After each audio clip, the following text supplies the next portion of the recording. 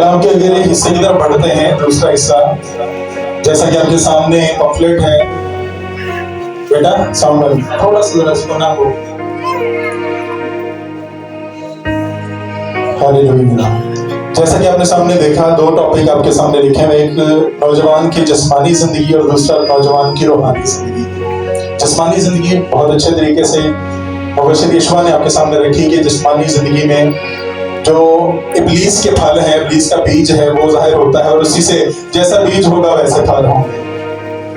اب دوسرا جو حصہ ہے روحانیت کا. دو طرح کی روحانیت جو ہے وہ بہت سارے لوگ اکثر ہمیں دیکھنے کو ملتی ہے بہت سارے لوگوں میں، لیکن المیہ یہ ہے کہ بہت کم لوگ ہیں جو ان دونوں روحانیت میں فرق جانتے ہیں. جب بات روحانیت آ جاتی ہے تو ہم آنکھیں بند کر کے بھروسہ کرنا کے لیے جاتے ہیں. لیکن میں ایک بات آج آپ کے ساتھ مل کر سیکھنا چاہتا ہوں، آج آپ کے سامنے رکھنا چاہتا ہوں.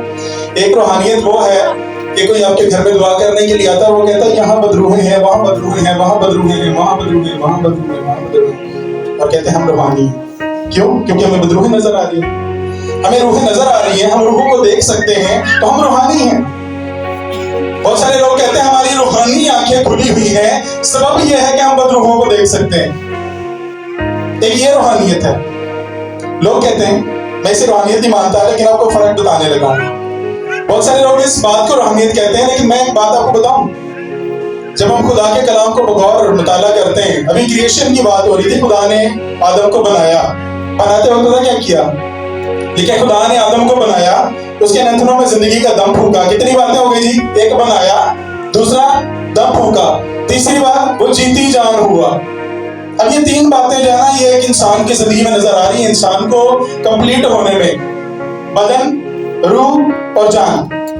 بدن بنایا کیا جی؟ میرے ساتھ یہ کیا بنایا خدا نے؟ بدن بنایا. پھر کیا پھونکا؟ دم پھونکا، روح پھونکی، دو گئی. تیسرا کیا ہوا؟ جیتی جان ہوئی. انسان کیا ہوا جی؟ جیتی جان ہوا. یہ تین باتیں جب کمپلیٹ ہوتی ہیں تو ایک انسان کہا جاتا ہے. اب بات یہ ہے کریشن میں ہی خدا نے عالم ارواح کے عناصر رکھ دیے. جو روح پھونکی وہ بیسیکلی عالم ارواح کے عناصر رکھ دیے. اب جب کریشن میں ہی عالم ارواح کے عناصر رکھ دیے، پیدائش میں ہی عالم ارواح کے عناصر رکھ دیے، تو اس کے لیے کون سی روحانیت کی ضرورت ہے؟ وہ تو ہر انسان میں رکھ دیے. اب اس میں خدا نے فرق نہیں کیا تھا کہ میں نے آدم کو بنایا کیونکہ یہ روحانی ہے تو اس سبب سے اس میں روح ہے. خدا نے ہر بشر اسی کے وسیلہ سے پیدا ہوا، ہر بشر میں روح ہے. اور کیونکہ روح ہے تو روح کے عناصر جو ہے وہ عالم ارواح کے عناصر ہیں. اور ہر شخص جو روح رکھتا ہے وہ روحیں دیکھ سکتا ہے. سم ٹائم جو ہے وہ کچھ لوگوں کو نہیں نظر آتی، کچھ لوگ دیکھ سکتے ہیں، کچھ لوگ بہت ڈیپلی دیکھ سکتے ہیں اور کچھ لوگ جو ہے وہ بہت دھندلا سا دیکھ سکتے ہیں. یہ فرق ہے. لیکن ایسا نہیں ہے کہ کوئی دیکھ نہیں سکتے یا روحیں دیکھنا یا بدروحیں دیکھنا کو بڑی خاص بات ہے. یہ صرف جو ہے وہ آپ اپنے ذہن کو سیٹسفائیڈ کرنے کے لیے کرتے ہیں جی. جس کو میں ایک جگہ پر گیا، بیٹھا ہوتا تھا، ایک مبشر آئے اور اپنی ٹیم کے ساتھ آ کر دعا کرنے لگے اور دعا کرتے ہوئے کہنے لگے کہ میں نا آپ کے گھر میں دیکھ رہا ہوں یہاں سے بدروحیں چڑھ رہی ہیں اور یہاں سے پورا یہ ادھر کو جا کے اتر رہی ہیں. مطلب لائک سوئنگ پینگ، انہوں نے پینگ بنائی آپ کے گھر میں، یہاں سے چڑھتی ہیں یہاں سے اترتی ہیں، یہاں سے چڑھتی ہیں یہاں سے اترتی ہیں. بتانا کیا چاہ رہے تھے؟ میں بڑا روحانی ہوں، مجھے بدروحیں دکھتی ہیں. ساری باتیں بدروحوں کی کر کے چلے گئے. اب گھر والے تو پریشان. جب میں گیا تو مطلب یہ ساری باتیں چل رہی. جب میں نے دیکھا کہ سارے بے چین ہیں، میں نے ان سے پوچھا کیا ہوا؟ کہتا ہے کہ ہمارے گھر میں تو ساری بدروحیں ہیں. میں نے وہ مجلس صاحب سے پوچھا، میں نے کہا پرچار کس کا کرتے ہیں؟ کہنے لگے ہم خدا کا. تو میں نے کہا سارا ٹائم تو بدروحیں بتانے میں لگا دیا، خدا کدھر تھا؟ جب بدروحیں سوئنگ کر رہی تھی، جب بدروحیں جھولے لے رہی تھی، خدا کدھر تھا؟ بھائی ہم کہتے ہیں خدا ہر جگہ موجود ہے، تو جب بدروحیں سوئنگ کر رہی ہوتی تو خدا کدھر چلا جاتا ہے؟ یہ مینٹالٹی جو ہے نا ہماری مینٹالٹی گھوم گھوم کر جاتی ہے ابلیس کی طرف ہے. ہم لے ہی اسی طرف جاتے ہیں. روحانیت سمجھتے ہی نہیں روحانیت کیا ہے. بھائی جو بدروحیں دیکھنا ہے نا یہ آپ کی پیدائش میں ہی خدا نے آپ کو عناصر دے دی ہیں. آپ روحیں دیکھ سکتے ہیں، آپ بدروحیں دیکھ سکتے ہیں. یہ کوئی روحانیت نہیں ہے. روحانیت یہ ہے کہ جتنے مسیح یسوع میں ہیں نئے مخلوق ہیں. یہ ہے روحانیت. جو الوہیت میں شامل کیے گئے ہیں وہ ہے روحانی. روحانی خدا کی ذات ہے.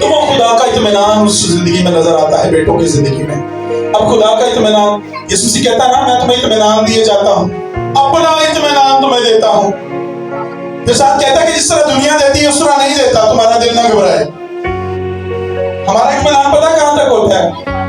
سم ٹائم کیا ہوتا ہے کہ ہم کسی اچھے خوشی والے پروگرام کے لیے جا رہے ہیں، سم ٹائم عید منانے کے لیے جا رہے ہیں، اور جاتے جاتے کیا ہوا کسی نے کوئی تلخ بات کر دی، ہمارا موڈ ویک ہوا، اطمینان ختم، خوشی ختم، تسلی ختم۔ سبب پتہ کیا ہے؟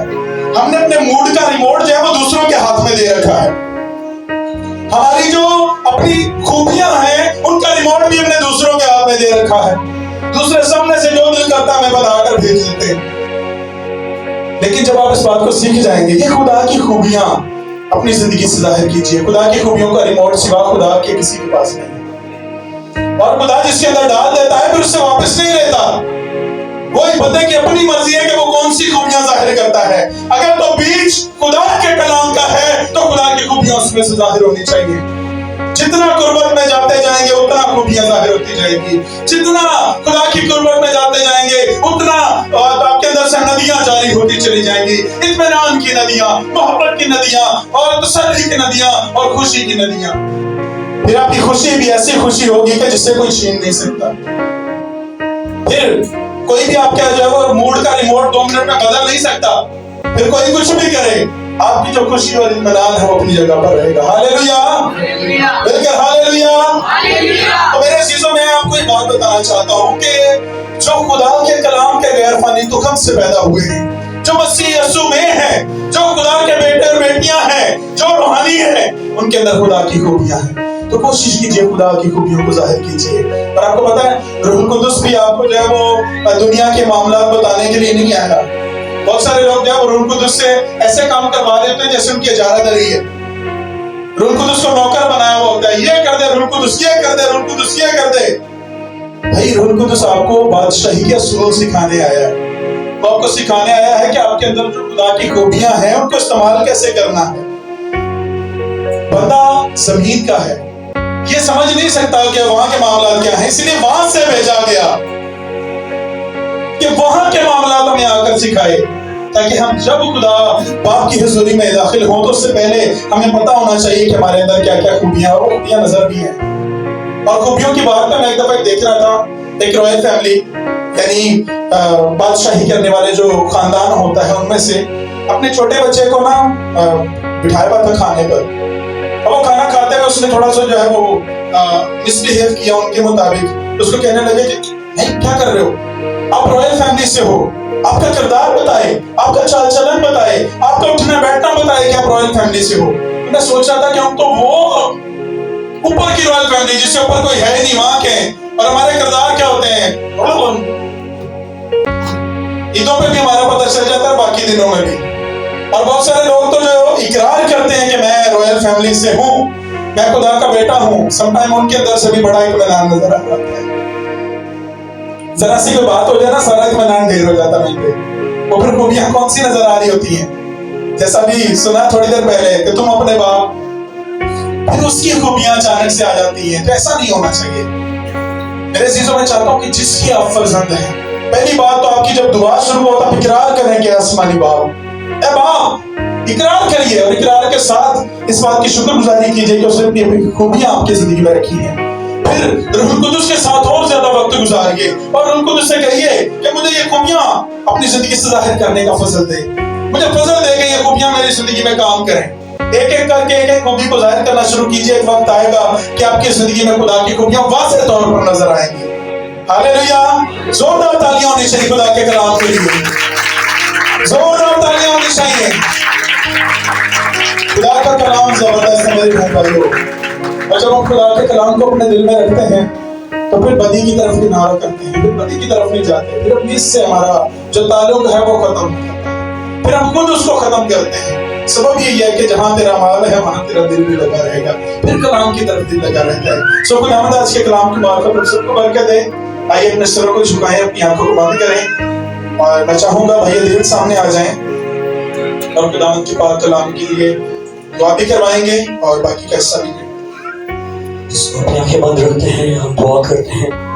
خدا ان کے زندہ پاک کلام کے لیے، جس کے ہم نے روحانی زندگی کے بارے میں آج سیکھا، اور اس سے پہلے مبشر جوشوا نے جیسے سنایا جسمانی زندگی۔ یقیناً ہم سب کو پتہ چل گیا ہے خدا کے کلام میں روحانیت اور جسمانیت کے مطلب کیا ہے۔ خدا کی شکرگزاری کرتے ہیں، پریز ہالیلویا، اس کے وقت اس کے پیار کے لیے جو آپ سے بے انتہا پیار کرتا ہے۔ خدا ان کی شکرگزاری کرتے ہیں۔ ایک گزارش ہے، پاسٹر غفور جو ہمارے استاد ہیں وہ آئیں اور دعا میں رہنمائی کریں تمام خدا کے کلام کے لیے، خادموں کے لیے، اور جو دور سے خادم آئے مبشر شبانہ ان کی ٹیم کے لیے۔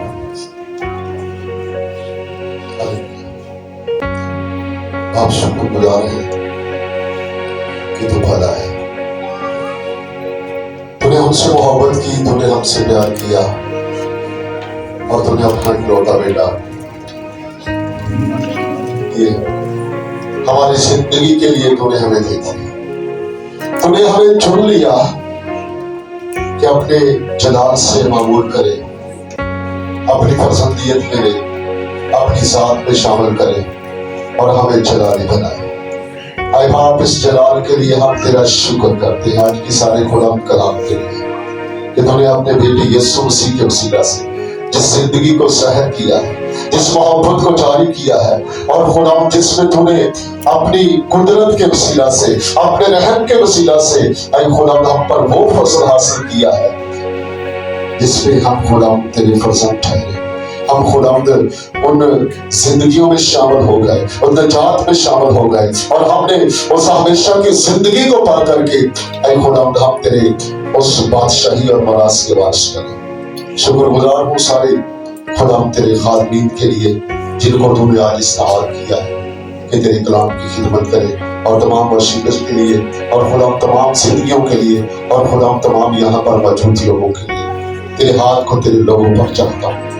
دعا کرتا ہوں خدا تیرے لوگ اس نئی زندگی میں چلیں۔ دعا کرتا ہوں ان کی زندگیوں میں خدا تیرا کلمہ، تیرا کلام، تیرا بیج قائم ہو جائے خدا، اور خدا اس کلام کے وسیلہ سے خدا ان زندگیوں میں روح کے پھل، اس کلمے کے وسیلہ سے خدا زندگیوں سے تیرا جلال ظاہر ہو۔